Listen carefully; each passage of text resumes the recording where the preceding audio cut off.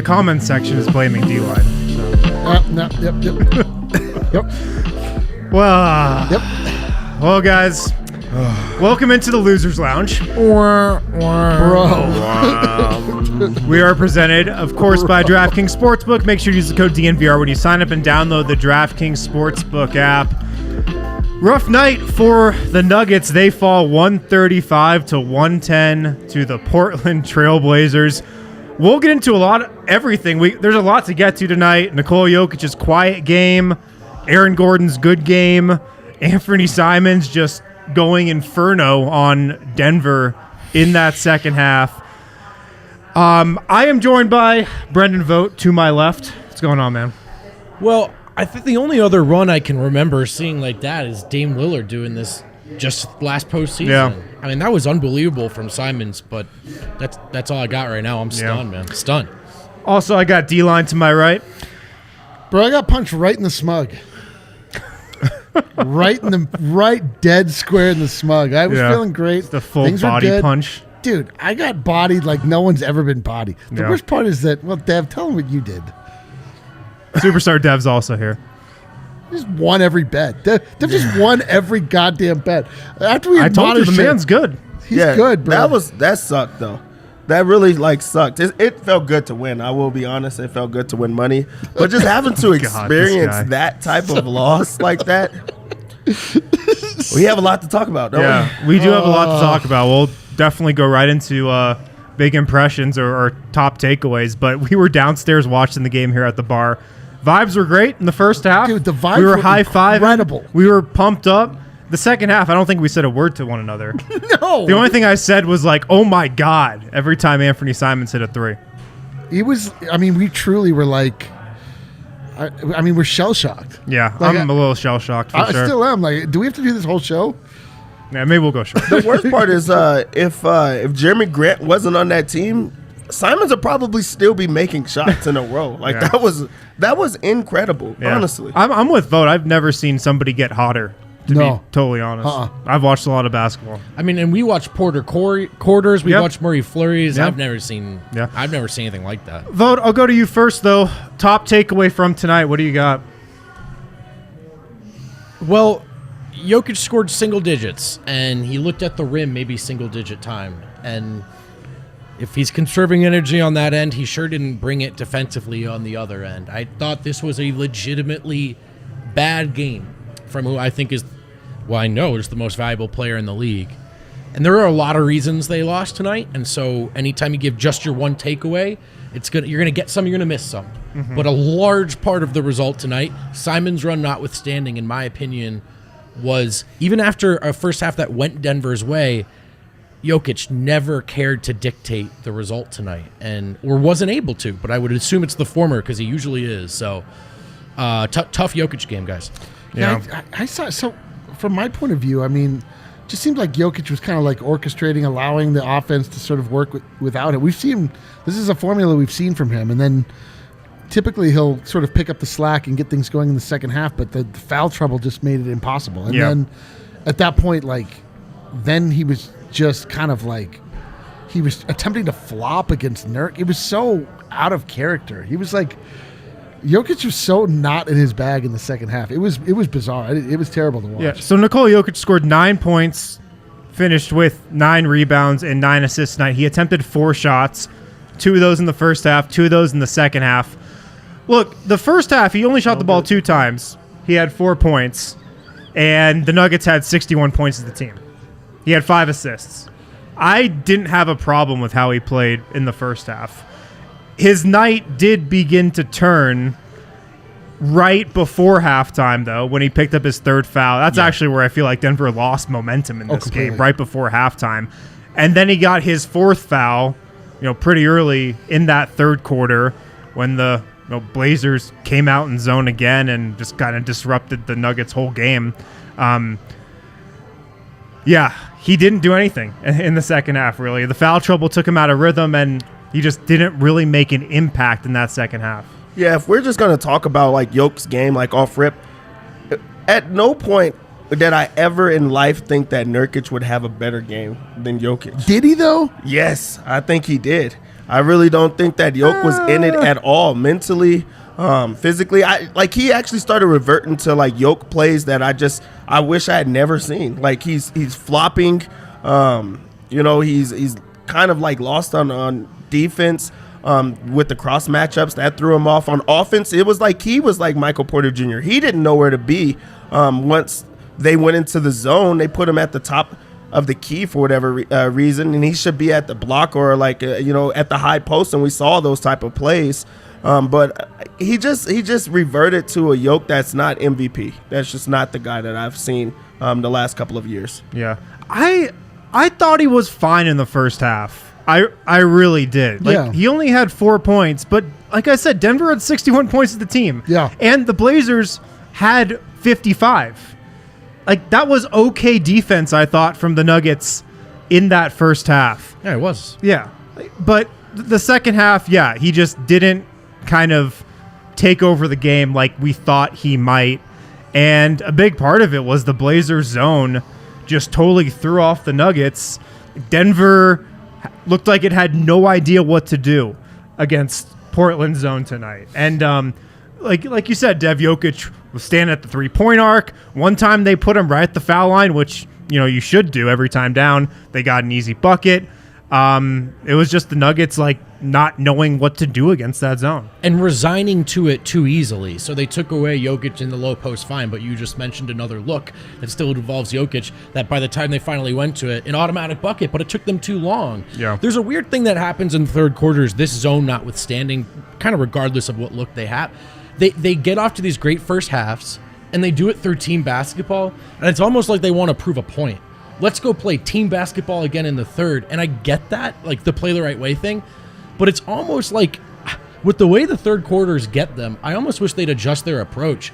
Come out of half, Jokic should be the only guy looking at the rim for the first 5 minutes, or something more serious than whatever it is we've seen. I know the zone is something that affected them tonight, but the bottom line is seemingly every third quarter, the foot comes off the gas pedal, and they just grow content with shots that are like when you've got Jokic and Porter on the floor, you can find high percentage looks, and they took too many non-Jokic involved and low percentage looks for me. Yeah, it took a long time for Denver to just actually adjust to anything. that Portland was doing. And if you even looked at how Portland played, that was like a Rudy Carey, like Denver East High School type of play. Like they were doing a zone. I mean, they were doing a press. Then it would just push right back into the zone, which now pushed Jokic out of his positions. And Chauncey's going to be the only coach in the league that would try something like that. Like, that was just really an attempt to see how they would adjust or what they would do. And you got to give shouts out to Chauncey and his assistants, but Malone didn't adjust and Denver didn't adjust, and it put Jokic in a very bad spot where he's not touching the ball every single time. Mm-hmm. And then when he does touch the ball, it took him a long time to try to adjust and see what was happening around him. And then guys not being ready to shoot. So it was like a accumulation of just bad things all at once. But it starts with just not adjusting at all. Yeah. D-Line, what's your top takeaway from tonight? I think it's kind of just what Dev hit on, just the inability to adjust to what was given to them. It's so insane that it took a zone to just absolutely flummox the Nuggets. They had no answer. I have this take that a zone should not work in the NBA. NBA teams are too good of shooters, players are too good of passers, too good of ball handlers to be stopped by a zone. But time and time again, it throws off people. They just couldn't look better in the first half, the Denver Nuggets. They were just doing everything right, getting buckets so easily at the basket. Aaron Gordon was going off. Jamal Murray was going off. We had a very confident shot from a deep three from Jamal Murray like we haven't seen since the bubble. Yeah. High arcing, went in, didn't touch anything. I mean, it was like, oh man, we're back. We are ascending. We are going to hit our absolute top level here. And everything was beautiful. And then the Nuggets just stopped making shots. And the Portland Trailblazers hit shots like I've never seen another team do. The entire team just started hitting. Yeah. And there was a mix. I mean, Wynn kind of brought it up. It's hard to remember now. The first half went very well. Even the defense, I think 55, it was a great first half all around. Not on track for a Munder, but that's containing those guards with the offensive firepower you have. They all did a good job. And the third quarter was insane. And some people are going to say that's Denver's poor defense. Some people have said it's scheme. Personally, I think a hefty percentage of it was, what are you going to do? Like, what are you going to do? Some of those Simons threes were just absurd. But then they fell apart. And then they couldn't get back. And then the defense was horrendous from there as well. They got dazed in the same way that we are dazed. Yeah. Well, I mean, like, I don't know how any team that was like what the Warriors would do to teams and their absolute zenith, where they would just come out in the third quarter and just punch you over and over and over, and you're just they kill you back. And then they kill you again. Yeah, like, I mean, if that is tonight what we saw the Portland Trailblazers plan of attack moving forward, like, they're not going to be very successful that often. But tonight they were, man. I don't think that's true. Like, really, when you like think about that third quarter, or you just think about that game, you think that there was a lot of 3-pointers in the game. It wasn't. In the third, it was. Yeah, at that specific moment, but like they had a balanced attack. Denver's defense is what was so horrible. It wasn't, Portland's offense. Guys were isoing, guys were working hard. Like, Jeremy Grant got every single rebound and went straight up with it. He attacked downhill, went straight at Aaron Gordon on a lot of finishes. Jokic didn't help on a lot of those. They had multiple guys get into like just double figures by knocking down shots. Lillard did whatever it is that he wanted to. I don't think he's seen anyone all night. Anfernee Simons went on fire, but even before then he was getting shot. So I think it was just like a balanced attack versus a team that just cannot stop anybody. Yeah. I think we should probably get to the defense, because like that's probably the overarching takeaway from this game, that the Nuggets gave up 135 points, and through 4 games now, Denver's given up 117 points in every game. They gave up 123 to Utah, 123 to Golden State, 117 to Oklahoma City, and 135 to Portland. So the new look revamped defense hasn't had it so far this season. I think that's concerning for sure. Definitely.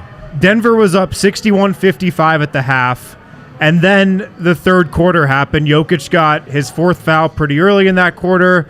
Denver went small with Jeff Green at the 5, then Anfernee Simons caught as much fire as I've ever seen somebody catch. He had 22 in the quarter, 8 of 8 from the field, 6 of 6 from 3, and that was kind of the end of the game right there. That completely just killed Denver's spirit. The Nuggets looked like they had given up after that to me. I mean, what are you thinking about the defense right now through 4 games? Well, first of all, top 5 defense. They got some work to do. They're trying to avoid bottom 5 right now. So no, I don't think they're avoiding. They're like last, right?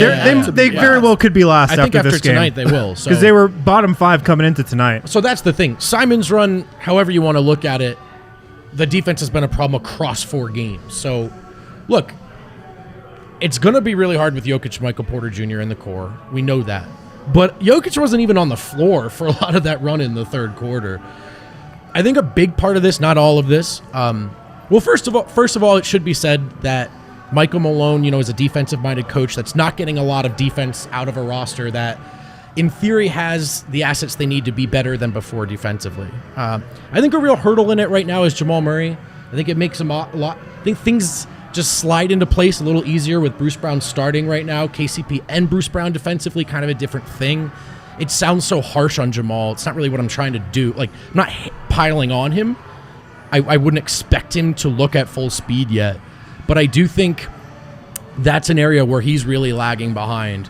And it's a weird thing right now where the defense might look a lot better if Bruce Brown was on the floor. And I think having Jamal in this equation is a wrench right now, a hurdle to figure out. Yeah.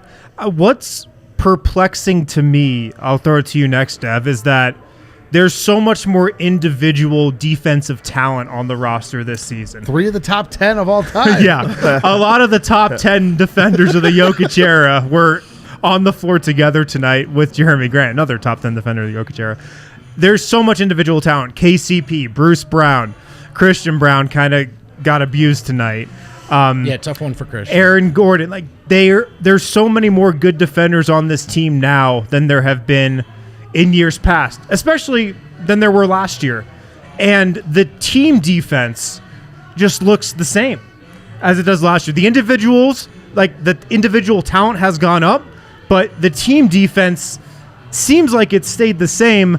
That's concerning to me. Yeah, they're just really out of sync, especially against those big-time scoring guys. Like, every star has actually went off against Denver. It just has been happening. And you can even go back into the preseason. They just don't have that connection on the defensive end right now. And it's early, and you know they're going to work on it and try to get better. But for, like, the guys that they have, this should be a team that's, like, locked in on that side of the ball. This should be a team that takes pride in that side of the ball. They're giving out these defensive, player of the game chains and things like that. And it's for, like, guys still getting lit up. Like, they really have to take some pride in their defense, and they just don't have it. I want to see what it could be, because I think at, like, the highest potential, this really does have the makings to be, like, the best defensive team. But until you see it, it's hard to even envision it. Like, it really is. Yeah, for sure. D-Line, what are you thinking about the defense right now? It's confusing. I mean, it really is. Like, I mean, it started off bad right off the top when Damian Lillard just blew by KCP, and we're like, oh God, yeah, here it comes again. Lillard went off in the first half. He had a good first half. I think he had like 17 or something. But again, like, Denver only gave up 55. I thought they were okay in the first half. Like, I'm having a really hard time. 55. Like, yeah, I'm having a hard time, like, looking at this game as a large, or just like as large trends, or just like things that we can sort of ascribe to the Nuggets. Like, I just think that third quarter was like such an anomaly. Like, I don't know how you quantify that shooting performance from Anfernee Simons. And, like, once that hit, like, the wheels just fell off. Changed everything. Everything. Yeah. They were, I mean, they were dazed. Like, at that point, like, then, anybody that wanted to could just stroll right through the lane. Like, it just, them, everyone watching just, like, couldn't quite figure out what the hell was going on. Like, I didn't really have a problem with them in the first half. Did you guys feel like they were defensively having issues in the first half? Like, no, that's what I've been saying. Yeah. Damian Lillard had a good half, but Damian Lillard always kills the Nuggets. Theoretically, with the point of attack defenders the Nuggets brought in, he shouldn't kill them as much this season. Right. Me and Dev were talking about it. Like, Damian Lillard's game is so crazy. He doesn't have this, like, huge bag of moves. He does one quick hesitation move, gets by anybody he wants to, gets into the lane untouched. Like, that's what happens every time he tries to penetrate and make something happen against Denver. It's crazy. But the first half was fine, I thought. They were just, too loose in the third quarter. Like, on both ends, the shot selection was weird. And then there was a lack of urgency defensively. And I do think some people point out in the chat, they're definitely guilty of letting Simons get too comfortable in that third quarter. But right. Again, he's the type of guy, he makes a couple threes, right. Boom, he's hot. His confidence is up there. Like you would say about Porter defensively on the other side. Don't let him get going. And then you can kind of keep him. But once he gets going, there's not much you can do. Damn. They let him get going. There was a threshold cross. There were a couple of those threes that wasn't anyone's fault. But they have to... The lack of urgency in the third quarter, whether it's offense or defense, it is bizarre. It's gone on far too many years, regardless of injuries or no injuries. If they can come out in the third quarter and treat it like that's when the game is won, I honestly think they can put these games away then and there. But they just don't. Like, what do you like? Just what are they doing at halftime? Yeah, like what do you think that the cause of that is? This like. Does well, Maloney tonight, need more like a rah-rah speech in the second half? No, Like, it's not that. Like, tonight, I think you can clearly point to the Blazers making a big adjustment coming into the third quarter, the zone, and the Nuggets not looking like they were ready for it. Right. That's what tonight looked like to me. I agree. Yeah, just taking too long. The zone threw them taking too long to adjust to the zone while one team is getting hot as you're still trying to figure it out. It just took Denver a lot of time to just see what they were throwing at them. Then they mixed it up. So it was like Denver was trying to read what was happening while also getting lit up on the other side of the floor. But that's like the good thing is to just throw different looks at people, to be able to make those adjustments and catch people on their back foot. And Denver just got caught on their back foot. Yeah. But there's also, this is what I mean about the Jokic thing. Okay, it caught them by surprise. Things shouldn't and don't catch Jokic by surprise. Sure. This is right. So if it's in a timeout, hey guys, here's what we have to do. Hey guys, get me the ball here. And he doesn't do that, and it's the coach's job. Fine, fair enough. But maybe he should have, and he should have tonight if he didn't. Again, I'm not on the bench. It just felt like, I mean, games have a soul and a vibe, yeah? Like, you can feel games slipping away. You can feel runs coming. And stopping those runs isn't all just about defense and timeouts. Like, that's a great spot for your best player, the best player in the world, to say, it's not a run. Maybe we give up a bucket, but we're getting two on the other end. Yeah. And I just felt like he never got involved in that way to will the result in a different direction. Yeah, his energy was so weird. It was weird. I literally just looked up the weather in Portland. Cloudy. Raining. Well, maybe that's what it is. Seasonal affected depression. Oh, God. I'm telling you. It's getting cooler here. Yeah, I agree with you, Vogt. The game was just hanging in the balance to open that second half. And time and time again, we've seen Jokic grab hold of that and win the Nuggets the game. Right. He didn't grab hold of it tonight. It didn't seem like he really wanted to either. Let's hit a break. We'll run down the entire box score tonight, go player by player, go over some more takeaways from tonight. Do we have to? Yes. God damn it. Oh, right. What day is it? It's to. Monday, right? Oh, you guys want to talk about Hassel Cattle Company? Hell yeah. That's Finally. what I need right now. It's the mood booster. I don't have the read up though. So Eric, say something about Hassel Cattle here's Company. the thing about Hassel Cattle Company. They produce the highest quality beef that you can get anywhere. Best damn Wagyu beef around. The best damn Wagyu beef. Wagyu beef, if you don't know what it is, it comes from a specific breed of cattle. Typically, you think about it like Kobe beef. You've heard of that before? Yeah. Kobe beef, but it's overrated. Well, it's not. It's certainly not overrated, but that's a Japan thing. This is the same breed of cattle, but they're raised in Texas by Texas ranchers, which we know is known for already high quality beef. Wagyu beef coming from Hassel Cattle is so goddamn delicious. Why is it delicious? It's got something called marbling. There's more fat content. The marbling. When you and the thing is, it's very affordable. You can get a steak for around $12 if you so choose. Yeah, ranging all the way up to much higher. It's price the type cuts. of thing that when you're buying it, it looks like you're spending a lot of money because you're buying a lot of meat at one time, but in the long run, it's so much cheaper than buying stuff at the grocery store. And if you come to any one of our tailgates, we have Hassel Cattle being cooked up by the other Dev, not Superstar Dev, but that's Devin. the thing. You don't just stop buying a car in a little Hassel Cattle, a little beef car. It's a beef train. You load up. You throw as much as you can. Dude, you load up train. because when you go to hasslecattlecompany.com to secure your bag of beef and use code DNVR28, you're going to get 20% off your entire purchase. 20% off all that beef. Eric, can you believe it? No, I simply can't believe it. Hassel Cattle Company. What a treat.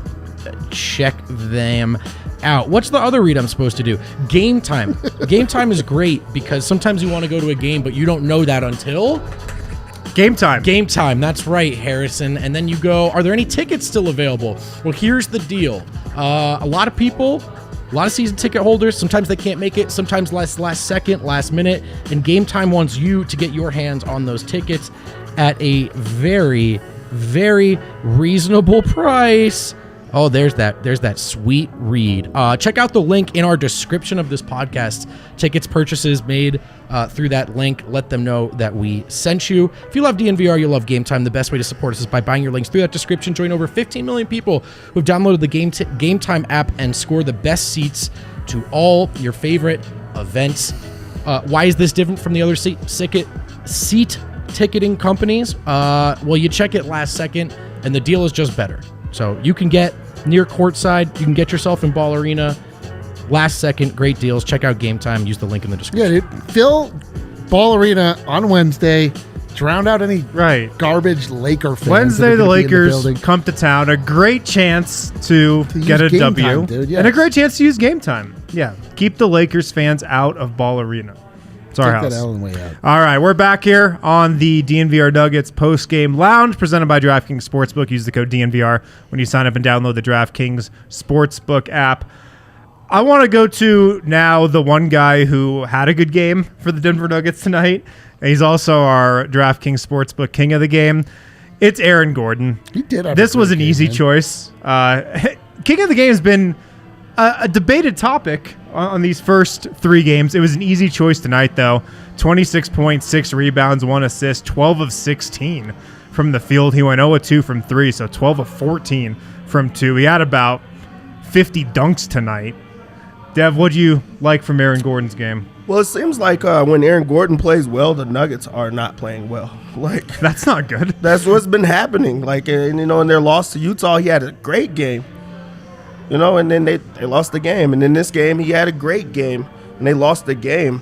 But it just goes to show, like, he's the only one that's been aggressive this year. He's been the only one that's been really trying, and that's what actually frustrates me most with Jokic is having Jamal Murray come back, having MPJ come back. I thought he would still try to, have it become easier for him. Now he's just kind of reverting to those guys. He's being timid, and Aaron Gordon is just feasting on boards and putbacks and slashes and just getting his buckets in the grimy way just because he's not being able to knock down his jumper. He's getting it from a lot of slashing just by like a lot of movement. So he's being himself while everything else around him is just not doing so well. I would like to see him step up a little bit more on the defensive end. It just seems like offense has been what's been doing well for him. But this is a game that he came and he brought it, and he seems to be the only one that wants to win right now. So they got to just kind of feed off of that and just step up around him. He had a good game. Yeah, he brought some fire tonight. What happened at the beginning of the game, though, is Jeremy Grant went at Aaron Gordon really often early on. Yep. Like the first 4 or 5 minutes of this game. He broke his nose. It was just Jeremy Grant, like, trying to go into Aaron Gordon's chest every single possession. I feel like that got him going and led to a good game. What'd you think, D-Line? I mean, he looked awesome. He was the only person that was playing. Like it, but it also like put him into bad position where sometimes he was shooting threes, which is like the last thing you want from Aaron Gordon. It's hard to fault Aaron Gordon though. Like really, he attempts. truly was. Even when the rest of the Nuggets were completely dazed, like we were talking about, like he was still going hard. He was still cutting. He was still getting rebounds, putting back, a bunch of reverse jams. It's nice when like at least one of your players like doesn't get completely discouraged and like actually shows you a little fight and a little will. So I mean, you love that out of a guy that has been maligned for a lot of the time that he's been here.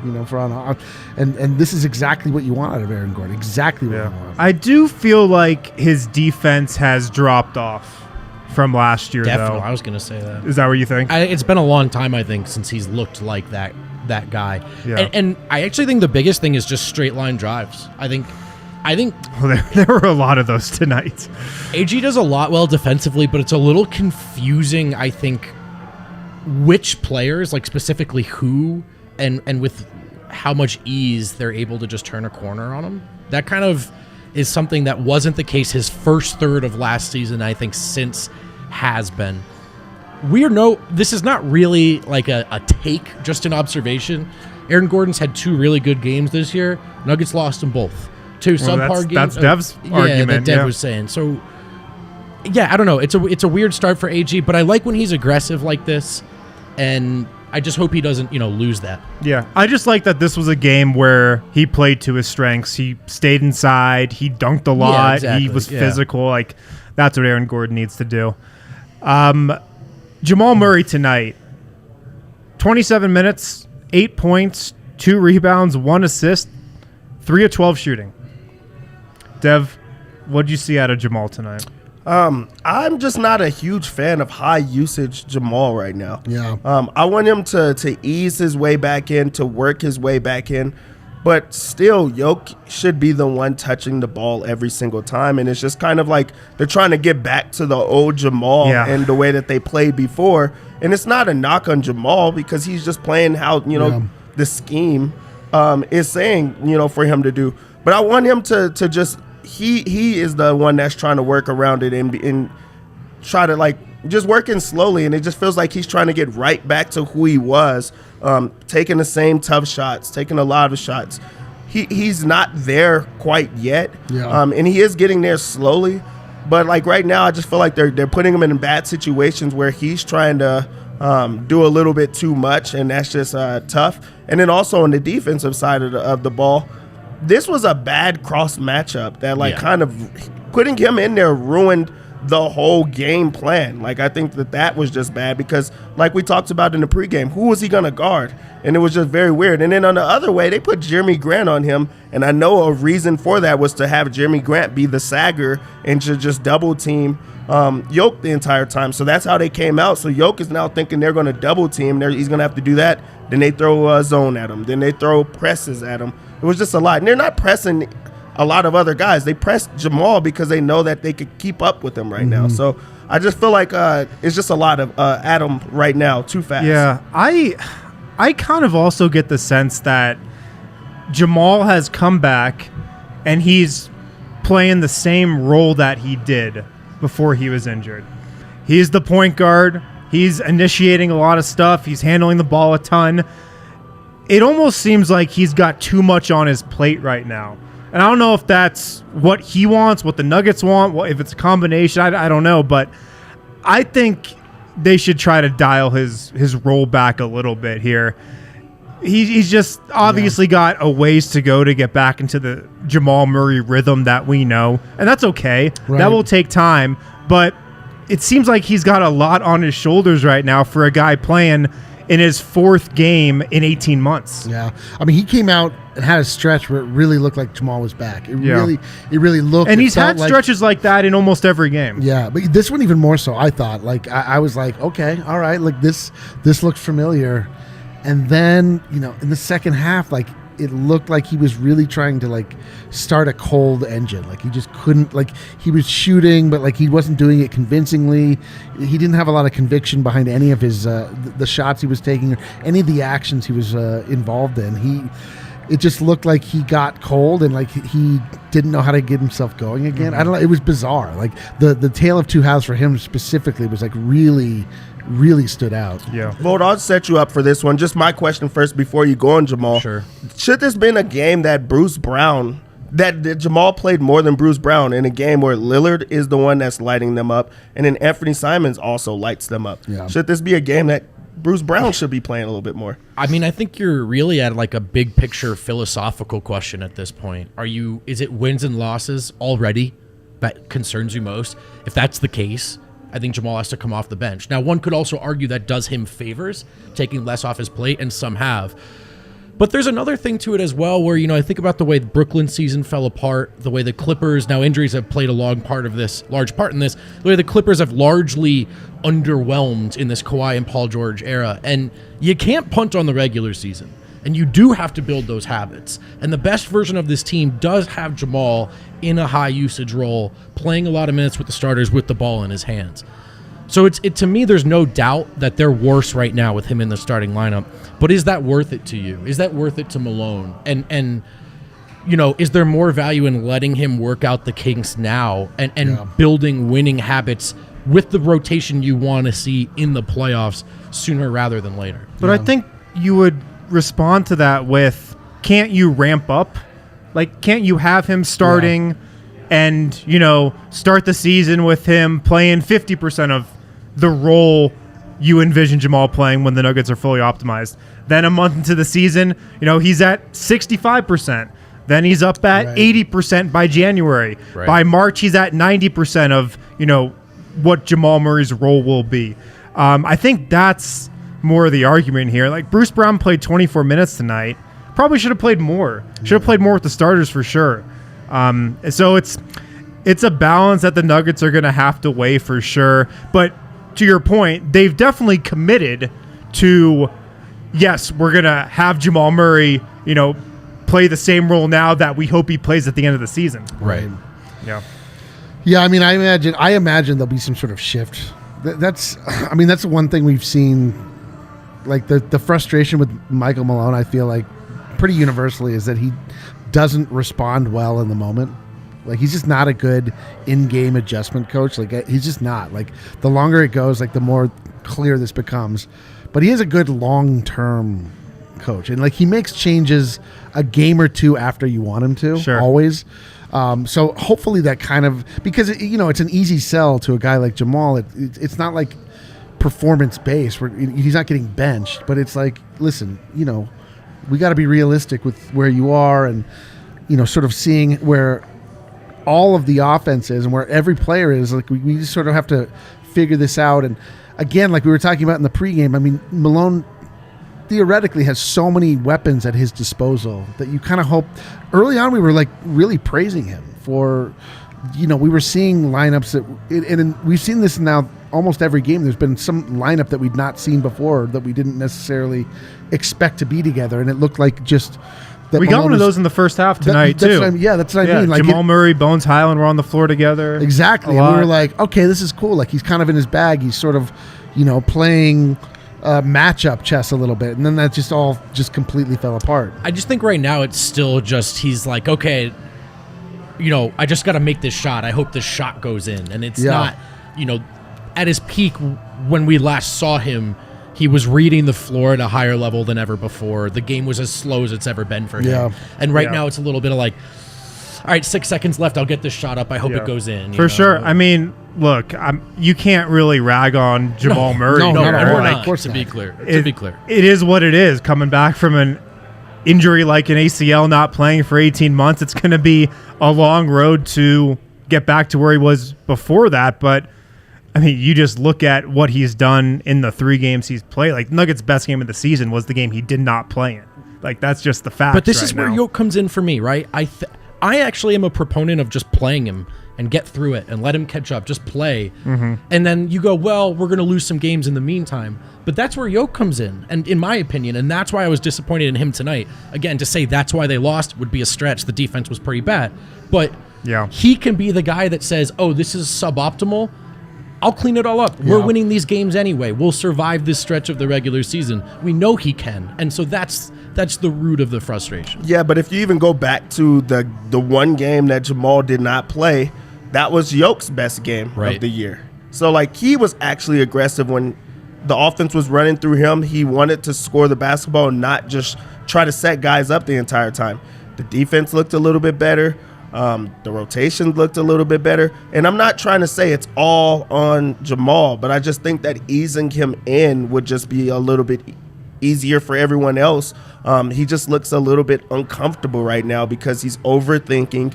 He's, right back into the same guy because he's playing the exact same role. And I thought with a year off, longer than a year off, he would see how the Nuggets are playing, and the offense was never the issue. So don't change that. Right. Try to get it done in different ways. So, like, right now, I just expect it different. Yeah, there were moments where I thought that he and Jokic were going to run a little 2-man game like we've come to know and love, and it was just clunky. It didn't work. Like, it immediately became not that.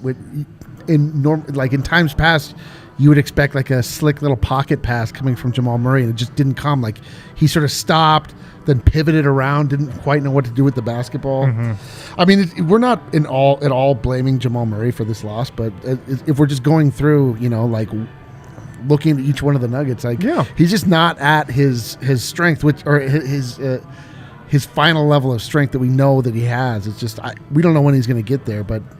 I mean, I'm kind of with Vogt on this, though. I kind of think, like, he only gets there through playing, right? Like, you just kind of have to grin and bear it a little bit. I mean, the Nuggets were in a position to absolutely win this game coming out of the first half. Sure. And, I don't put any of what happened after that on Jamal. Like, I don't know. It's just frustrating. I just think the other approach is what the Clippers are doing with Kawhi Leonard. I don't know if one's right and one's wrong. Right. I don't know. I'm just saying there's another option. Again, like, the Clippers didn't care for that regular season, and I think it cost them in the bubble, right, against Denver. That's reductive analysis. But there is something to, okay, we get through this, we know what it's like, because Jamal will be the starting one. And there are still some questions about Jamal and Porter and Jokic. Getting answers to those questions sooner rather than later. I get it. I get the approach. Even if it doesn't work out, I at least follow the logic. Yeah. Let's hit another break. We'll get to Michael Porter's game on the other side. We'll run down the rest of the roster. Woo! You look enthused. Who wouldn't be? DraftKings Sportsbook is America's top-rated sportsbook, and everyone can get in on the action. Download the app now. Use promo code DNVR when you sign up, because there are so many ways to play and so many ways to win when you're doing it As with long as you do DraftKings what Dev Sportsbook. says. Follow Dev. Just follow Dev. Here is the deal, NBA fans. Basketball is back. Yeah, we know. An official sports betting partner of the NBA, DraftKings Sportsbook, wants you to know that new customers can make any $5 NBA moneyline bet and get $200 in free bets if your team wins. And everyone, in addition to that, everyone, not just new users, can boost their winnings up to 100% with DraftKings stepped-up same-game parlays. The more legs you add, the more money you can win. There's you could go over on Jokic rebounds, over on Aaron Gordon rebounds, under on Tatum points. Probably not going to win that one this year, but you could. Download the DraftKings Sportsbook app now. Use promo code DNVR. Make any $5 bet. Get $200 in free bets if your team wins. Only at DraftKings Sportsbook. Use promo code DNVR. Minimum age and eligibility restrictions apply. Go ahead and see the show notes for those details. One thing several people on this show do literally every single day when they wake up. Yep. Sounds like a scary start to a read. But I'm just talking about Athletic Greens. We get our daily nutritional insurance, 1 scoop, 12 ounces of cold water, and we have everything we need, all the vitamins we need. We don't need to take a bunch of pills. We don't need to be tracking what we're getting throughout the day. I got my 1 scoop of Athletic Greens, and I got everything I need. 75 high-quality vitamins, minerals, whole food sourced superfoods, probiotics, and adaptogens. Let's go, dude. This is Those it's also adaptogens. Delicious. It's also much more delicious than it looks. To make it easy, Athletic Greens is going to give you a free 1-year supply of immune-supporting vitamin D and 5 free travel packs with your purchase. All you got to do is go to athleticgreens.com/nuggets. That's athleticgreens.com/nuggets to take ownership over your health and pick up the ultimate daily nutritional insurance today. Dude, I had some Athletic Greens today. Yeah? I wish I had just slept all day.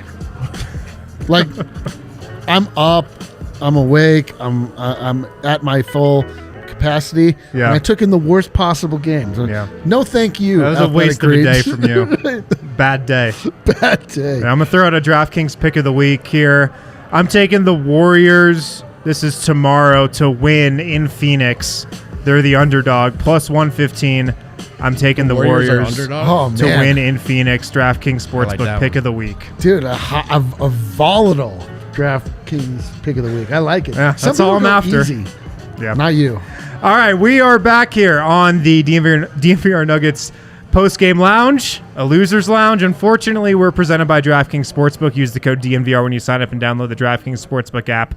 Let's get to the rest of these guys who we haven't touched on yet. Michael Porter Jr. tonight, 18 points, 7 of 14 from the field, 4 of 8 from 3, so he kept up the 50% rate that he's hitting threes at this season. 4 rebounds, 2 assists. Did most of his damage in the first half. Vogt, what do you think of Michael Porter's night tonight? The Porter minutes went well tonight.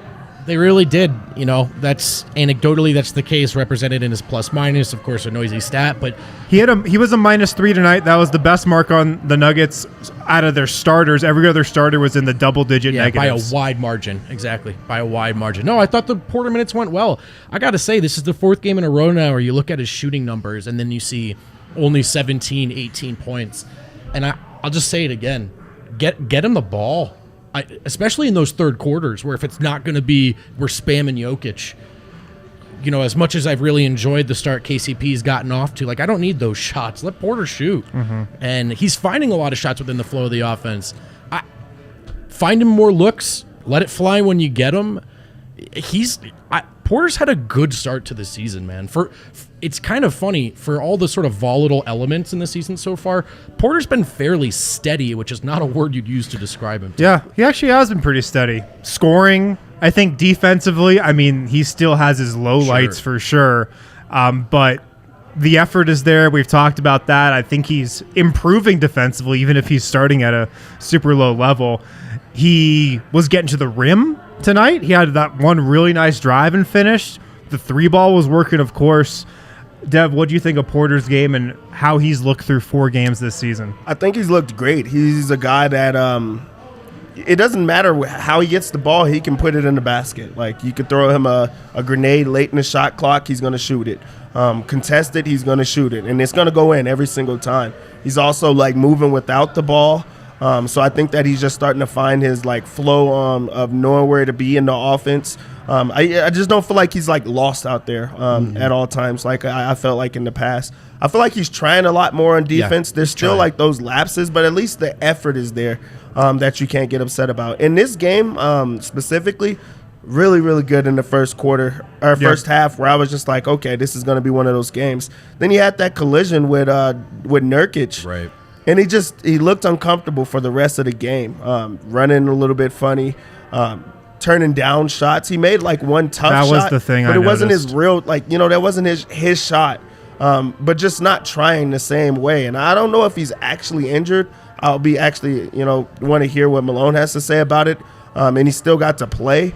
But also, we've seen that before. I think that's what's so scary about, Michael Porter Jr. is we've seen him still try to run, still try to play, and then had to sit for an entire year. So it's just scary with him, like just seeing any type of falls or any type of it is so scary. Anything like right now. So while he finished the game, they're still worried. Yeah, we were holding our breath. Dude. It did seem like he was running a little funny before halftime. No one gets like more And scrutiny. D-line went absolutely silent at that point. Dude, I've been silent for like an hour and a half. Yeah. But hey, he came back. They never heard nothing of it. Oh, Was there- he started the third started quarter, the third- played regular minutes. I thought he was moving okay. This is part of what it is to have Michael Porter Jr. on your team, is that you're always waiting for the other shoe to drop. Like, you're always like, oh man, this is great. And then, I mean, he's also like challenging Jokic for every rebound. Like, he's in deep. Like, He had a rebounding the ball. couple contested traffic rebounds, yeah. Like, it's this is something we've always known about his game, but like, it like makes me nervous. Like, just everything that goes like a little bit wrong with Michael Porter Jr., you're just like, oh my God, because we're already seeing like just how unbelievably transcendent. We all know how he can shoot the basketball. It's just like, to see it in practice over and over, you're just like, my God, man. Like, Yeah. you really think every shot is going to go in. They go in 50% of the time, which is pretty good. We said literally, right? We said coming into the game, 8 attempts per game from 3 on 50% shooting so far. Tonight, Insane. 4 of 8, 50%. He got up 8 threes tonight. He's got to be taking 10-plus threes a game. If he's shooting 50%, shoot the ball 10 times That's what from I'm three. saying. That's what At I'm least saying. each game. Let him shoot more. Until That's not a lot. That's not that many for a guy shooting 50% from 3. And there are better shots, there are best shots that come within the flow of the offense. But when a guy is shooting 50% on volume, until he's missing more of them, none of these are bad shots. Let him shoot. Let Even him if he's fly. shooting 40, 41, 40, 42%, 10 threes a game for Michael Porter, like that should be the minimum, I think. No doubt. I did notice what Dev brought up. It did seem like in the second half he passed up threes that he would normally shoot. And I don't know if he was just trying to work the ball. I don't know what it was, but he definitely did pass up a couple looks that he would normally fire on. So I don't know. Let's move to the bench. The one guy who stood out from the bench tonight was Bones Highland. 15 points, only guy on the second unit in double figures. 15 points, the third highest score on the Nuggets tonight behind That's Gordon wild. and Michael Porter. He went 4 of 7 from 3, 3 assists, 1 turnover. Throw it to you first, Dev. Bones Highland tonight, what'd you think? In weird ways, it kind of looked like Bones got benched. Like, he didn't actually get benched, but he didn't play as much for him to be like a catalyst for like the offense. Like, he got it started. He kept it going and flowing. Even his like small stint with DeAndre Jordan, he got him a couple of easy dunks. And there's like those ups and downs with Bones. Like, there's still the frustration like on him running the offense. Like, I really don't think that that's as comfortable for him as I don't think so either. times look. Like, I think that sometimes it looks great, but then there's a lot of times it doesn't look great. And in these close situations or in these games where you need him to play really well, I feel like he turns the ball over, just kind of careless passes, and just like doesn't run the offense the way that he should. And that's him like being the point guard when there should be another point guard with him. And that's just kind of what the rotation entails right now. But that's something that while we're seeing Jamal get integrated into the offense, I think that Bones is also trying to get integrated to being a point guard, like an actual point guard, and just being complete. So this was like a mixed bag type of game with Bones. It really was, dude. I'm surprised he scored that many points, honestly. Like 4-7 from 3. That's where he shot better than Michael Porter Jr. Bones is like he's frustrating right now. Like he just keeps, and it's like what Dev is saying. Like it doesn't seem like he knows how to run the offense. Like he just keeps charging in with his head down. Gets in super deep and then doesn't quite have a plan. Like he'll leave his feet or he'll be underneath the rim, so there's like not even an opportunity for him to finish. And then like a lot of like just bad passes, putting people in a bad position. But then, you get the great side of Bones where he can just fill it up. He can just really, when he gets going, there's almost nobody better on the Nuggets. Yeah. And I wholeheartedly agree. Like I want Ish Smith to be running the second unit and Bones to be playing the 2 instead of the 1, or Bruce Brown to be initiating the offense. Somebody like, I don't want it to be all on Bones because he's just not. I don't know. He's just not suited for it at this exact moment in his career. Like I'm not saying he can't, but he keeps getting in weird bad positions. Yeah, I've been underwhelmed with Bones to start the season. I feel like he's disappointed a little bit, and I agree. He's done stuff this year that I don't remember him doing last year. Like, he's done bad things this year that I don't remember him doing last year. Like you were saying, he's just driving into the lane, trying to make something happen. All of a sudden, he's under the rim getting a shot blocked. Like, just really rookie-like mistakes that he didn't even make last year. No.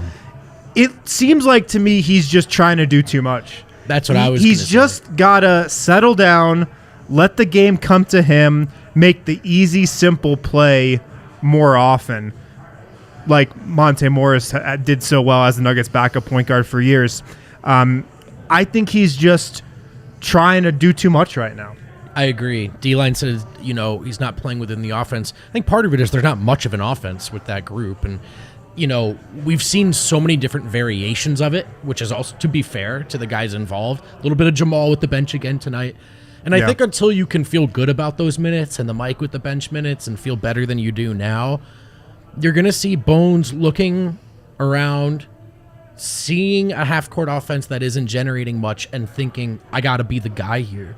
And I really don't hate that instinct. The results haven't been there. But I think it's a symptom of a larger problem, which is that bench really doesn't have much of an identity. Mm-hmm. And I'm not surprised that DeMarcus Cousins is not on this roster, but Bones looked a lot better with DeMarcus Cousins to play off of because he was another option, another weapon, another guy to draw attention. And I think Bones has found looks for Jordan, but Jordan is certainly not sucking attention away, from the defense. Yeah, when Bones looked best in this game? When Portland went into that zone and they just kind of rotated the ball around until they found Bones, and then he's knocking down the open 3. This was a game that his shot was falling. Put another guy in there that could be like a facilitator or just a playmaker that could make things happen and let him shoot the ball. I think it's a tough spot to be in because you want Bones to get better as a point guard where he could have that balance. So you want him to progress on that way. But also, like, his strength is scoring the basketball, shooting the basketball, being able to attack not from the top of the key, but from a different angle and using his speed. He can't do that as the primary ball handler where all of the attention is on him. So being able to just have a guy like that can move off of him. You brought up DeMarcus Cousins. Cousins wasn't a guy that like was setting guys up, but he was a good playmaker. He was another weapon where you don't have to have all of the attention on Bones. Right now, I feel like that's what's happening. So just trying to use his strengths in different ways and try to like have it come together, have him have those games where he's just going to go off and score the basketball. And I just feel like that's what Bones needs right now. He needs a game that he just lights it up and gets his mojo back. Nobody else really on the bench worth spending too much time on. Christian Brown played 13 minutes tonight. He was firmly in the rotation. Damian Lillard went at him. They went at him. For all of those 13 minutes, every one of those possessions for sure. Jeff Green, not much to say there. No. Bruce Brown didn't really do much. 6 points, 5 rebounds, 4 assists. Kind of filled up the box score, but I didn't really feel Bruce Brown make that big of an impact tonight. He was the only one that was like willing to attempt to break that zone and actually just drive. He did have a couple nice drives. Yeah. And then DeAndre Jordan only played 10 minutes, but I thought, was pretty bad. Do we have any super chats, Kale? No. How'd the night go, fellas? Yeah, dude. Oh my God. That is the most appropriate. I just want to acknowledge it so that the chat doesn't have an aneurysm. I also thought Malone should have challenged that 5th foul. Oh yeah, on we Jokic. should talk about that. He's not great. He overthinks the challenge, and I've asked him about it. He prefers to have it end of game for not just the points, but end of game, let's keep that 5th or 6th foul off Jokic. Well, that didn't prevent him from using it in the first quarter against the Thunder. I know, man, and it's just like that's his answer about it, but the way he uses it does not follow, and I think he really overthinks this. It's also just silly to not back your superstar, your guy. Yeah. You just have to back him, even if you're going to lose it. Just show like I'm with you, Right. I'm gonna try to do anything I can to like not have you pick up a foul. And then on that one, I think it actually did worse than it was worse than anything else. That was the end of the game. First Really. off, it was the end of the game. There was not going to be a late chance opportunity. Second off, that was actually like going to be overturned. And then 3, now the Portland just attacked Jokic every single time because they knew that he couldn't foul or he was going to be out of there. Yep. So like it now was giving up points and things like that. So I just think that's just he needs to be a little bit smarter about how he uses those. And I just feel like if you're going to use them on anybody, it should be Jokic. Yeah. What happened on that play? Jokic drove against Nurkic right near the basket in the paint. Nurkic flopped, and then Jokic got whistled for his 5th foul. But another reason why it's a great spot to come in and use it there, Jokic finally looked at the rim. Jokic finally looked at the floor and thought, the only thing that can happen here is if I make it happen. Yeah. And then he gets that, and to show for it. So I just thought it would have been a great time to challenge. Again, I don't know if they win this game. Simons took the whole damn train off the tracks. But I know. There are just little things. This was not the best game from a great many of important people in this order. Dude, I kind of thought we were past the early season Jokic funk game. This seems like a game from 2 years ago. It 3 really years does. ago. The defense, shooting 4 times. Jokic being so passive, just the inconsistency on the roster around him that we got tonight. It seems like a game that we kind of thought we were over, but maybe we're not. Yeah, man. I don't know. All right, can we go home? Yeah, rough night tonight. I think that'll do it. Nuggets fall 135 to 110. Usually at some point in the therapy lounge, we get inspired. No, you want to know? You want to know? Yeah, bring us back, dude. Bring us back. They have the opportunity to blow out the Lakers. Let's on go, Wednesday. dude. We're That's back. going to get the vibes right back. Hopefully. It doesn't matter how bad they are. You want to beat the Lakers every single time. Like that's a get right type of game. Like we're going to see a lot of Westbrook bricks. We're going to see a lot of LeBron just trying to score, and that's that. Anthony Davis falling to the ground. Like, I can't wait. All over the top. Hey, it was a bad. Every dog has his day. It was a bad day. They're going to bounce back, and we're going to be right back here in the Winners Lounge. Yeah. All right, Dev, that was good. One great thing about the Nuggets schedule is they play the Lakers twice in the next 3 games. They go versus Lakers versus the Jazz at the Lakers. So 2 more games when Russell Westbrook will still be on the Lakers. Oh, baby. Let's go, dude. That Denver gets. This is where you remember how it felt after Utah, and then remember the Golden State night not too long after. Gonna have a lot of ups and downs this season, so stick with it. Yeah. Tough night for Denver tonight, though. They fall in Portland to the Blazers, but they are back home Wednesday against the Lakers. Great chance for a bounce back. Thanks for tuning in, guys. If you can, hit that thumbs up before you get out of here. By the way, you can. Yeah. It takes not even a second. It takes Show's free. 0.1 seconds. It takes literally the least amount of effort you'll put into anything today. Hit that thumbs up. Thanks for tuning in, everybody. We'll be back next time. Kill me. Talk to you then.